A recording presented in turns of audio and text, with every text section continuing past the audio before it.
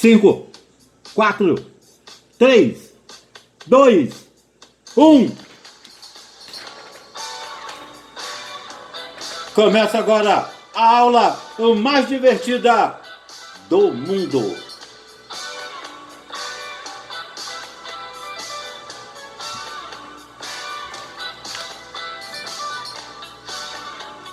E quem pediu a música de hoje foi o meu amigo Renato, do Aeroporto Internacional do Rio de Janeiro. Tá aí, Renato, a música que você pediu. Um abraço aos amigos do aeroporto, sempre participando. Obrigado, Renato, pela sua participação.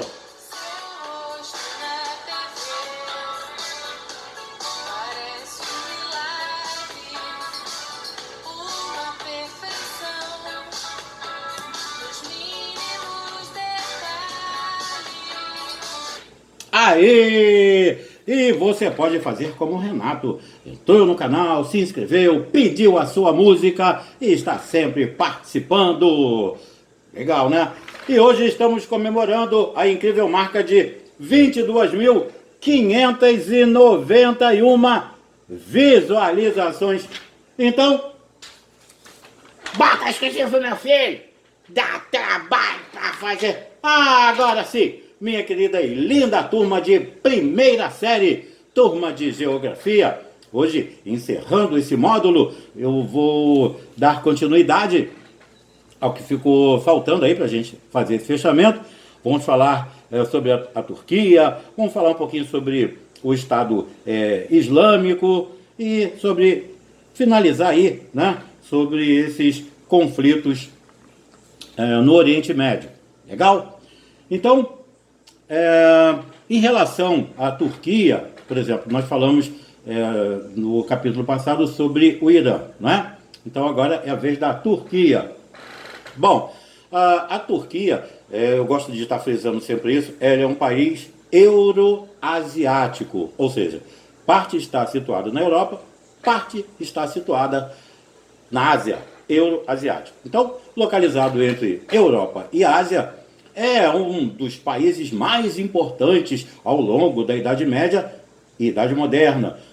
O berço do Império Turco-Otomano, recebendo aí influências de ambos os continentes. E também tem poder de polarização com ambos. Depois da Guerra Fria, a Turquia literalmente flertou com a possibilidade de fazer parte da União Europeia, vista que suas grandes trocas comerciais com esse bloco, se acontecem foi ótimo. Acontecem assim de forma muito intensa. Bom, mas nos últimos anos as coisas têm mudado um pouco aí pro lado da Turquia. Bom, com as constantes negativas do bloco europeu, a partir de 2010, a Turquia começou a ter uma certa transição de interesses com a eleição do seu presidente, lá na década de 2000, o Recep Tayyip Erdogan. Nome complicado, por isso que tive que dar uma coladinha aqui. Então, com a eleição dele, na década de 2000, o país superou uma profunda crise econômica e também inflacionária, e além de estabilizar as oposições que faziam frente ao governo. Bom, boa parte do governo recebia apoio de diversos setores da sociedade, até mesmo a oposição que lutava contra o governo reconhecia suas benesses. Que legal, né?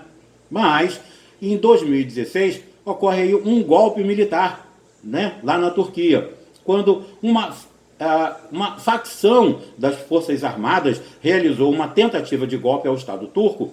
Acabou não sendo bem sucedido em função da fraca atuação dessa facção, além do pequeno apoio popular em relação a essa ideia. Bom, o presidente que recuperou seus poderes e a estabilidade começou a cercear as liberdades do governo, com prisão de candidatos da oposição, fechamento de editoras, de jornais, enfim.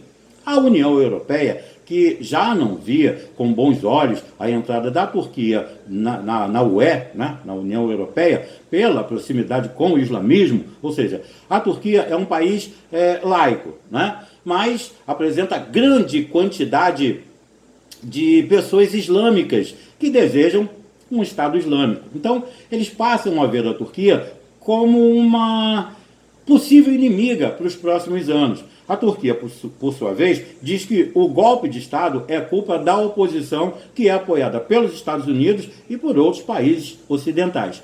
Esse discurso acabou gerando aí a oportunidade do Erdogan criar um estado de exceção, com cada vez mais liberdades cerceadas e um certo direcionamento do Estado para a religião islâmica, que muito preocupa a Europa e o Ocidente em geral. Bom, afinal de contas, o que é e o que quer esse Estado Islâmico? Bom, esse grupo estabeleceu um califado, conforme a gente já viu, né? Uma forma de Estado dirigido por um líder político e espiritual, de acordo com a lei islâmica, a Sharia. O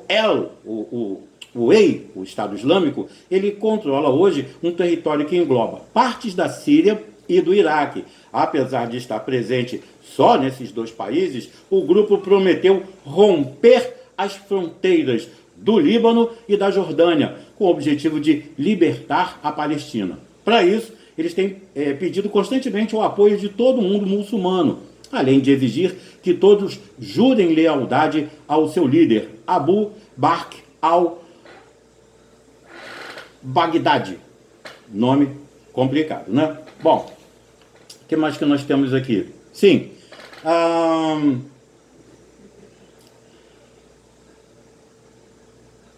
a Turquia, o que o Estado Islâmico quer? Bom,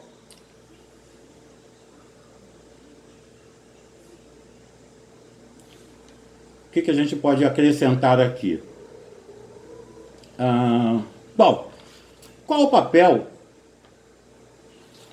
o papel dos curdos nesse conflito aí do Oriente Médio? Bom, ignorada pelos tratados que desenharam as fronteiras depois da Primeira Guerra, essa população se converteu em força central nas guerras travadas até hoje no Oriente Médio. Forças turcas fizeram, por exemplo, em 24 de agosto, a primeira ação ofensiva em solo sírio, aumentando ali, foi no ano de 2019, aumentando a participação num conflito armado que durou durante praticamente 5 anos. A ação tinha 2 objetivos. O primeiro, combater o Estado Islâmico.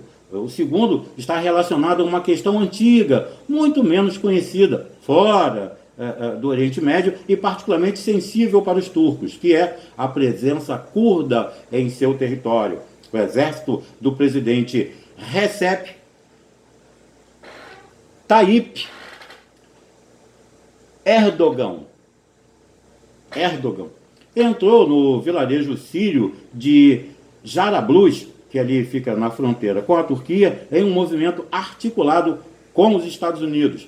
Bastaram poucas horas para que o Estado Islâmico fosse expulso do que era um importante ponto de transporte e de abastecimento para os seus combatentes. Além de conter a ameaça do que hoje é o principal símbolo do terror no mundo, a Turquia também impõe sua presença numa área de forte presença curda. A etnia, no caso, ela é vista como uma ameaça separatista pelo governo turco há mais de meio século e se espalha por diferentes países da região.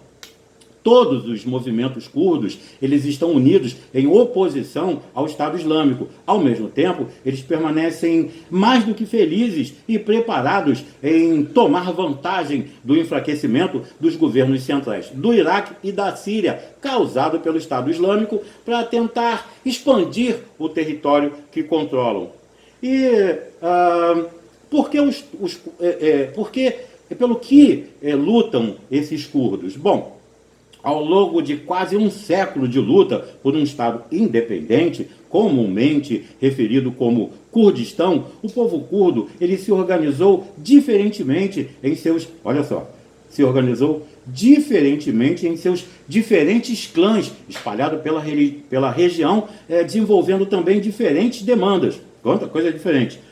Só no Iraque, por exemplo, existem 2 partidos curdos que são rivais, mas a demanda geral acaba sendo única. Segundo